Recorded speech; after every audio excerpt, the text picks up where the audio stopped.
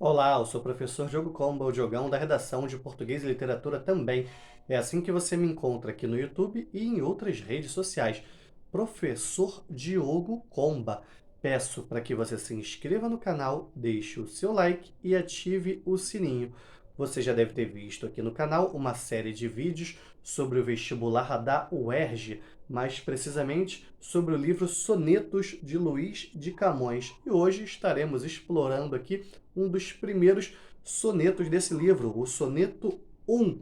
Estou aqui com um livro, qual é o nome do livro? 20 Sonetos, edição comentada de Sheila Hill, a maior camonista fora de Portugal. Primeiramente, lerei aqui o soneto, certo? E depois faremos essa análise dele.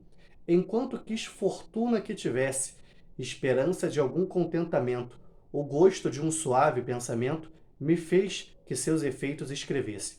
Porém, temendo amor que aviso desse, minha escritura algum juízo isento, escureceu-me o engenho com tormento, pera que seus enganos não dissesse. Ó vós, que amor abriga a ser sujeitos a diversas vontades, quando lerdes, num breve livro casos tão diversos.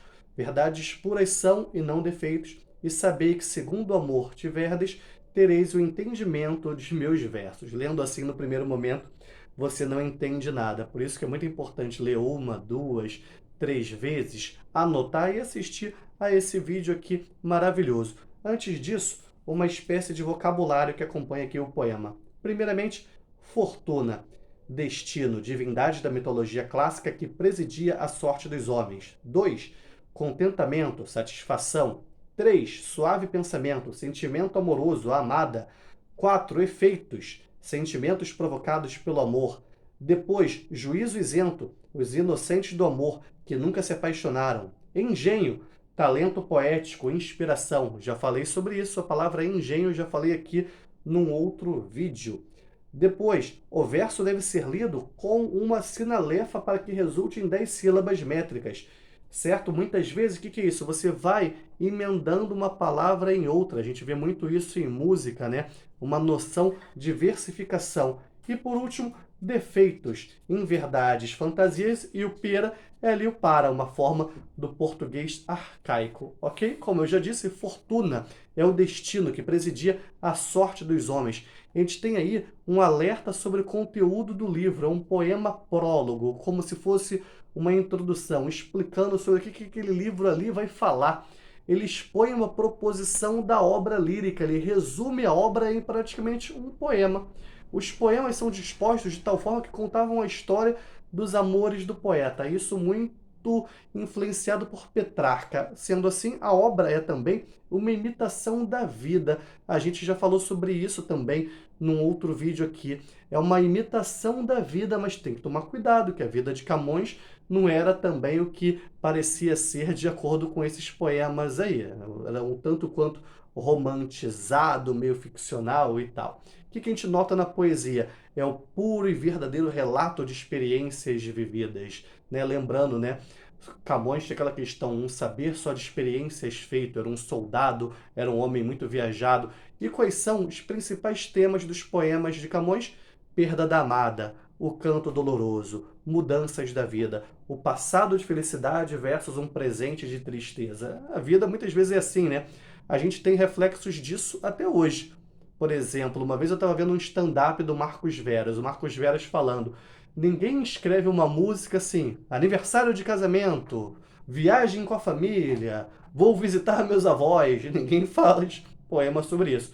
Geralmente o quê? Que quer muito aquela pessoa, ou então está sofrendo por causa daquela pessoa. E geralmente é isso. Enquanto a gente tem a fortuna ali contra o Deus do amor. A fortuna é a esperança, como a gente já disse no iniciozinho dessa análise. E o Deus do amor é aquele que tira a inspiração, que escurece o seu engenho. Agora, uma análise dos tercetos, certo? Aqui do poema. O que acontece? A gente tem inicialmente 2 quartetos e 2 tercetos, 4 estrofes.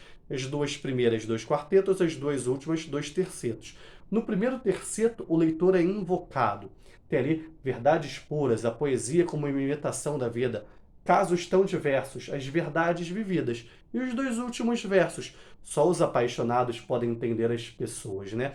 Tem uma poesia da literatura brasileira, infelizmente não vou lembrar de quem é agora, que fala assim: eu faço versos como quem chora, de desalento, de desencanto.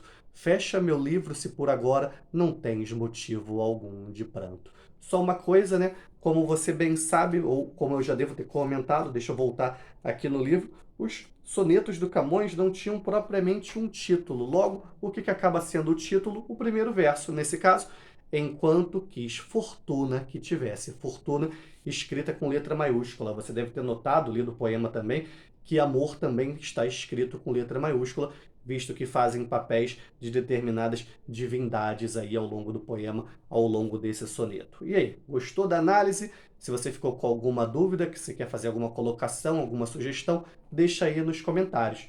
Que a força e a inspiração estejam com vocês, sem dizer adeus jamais.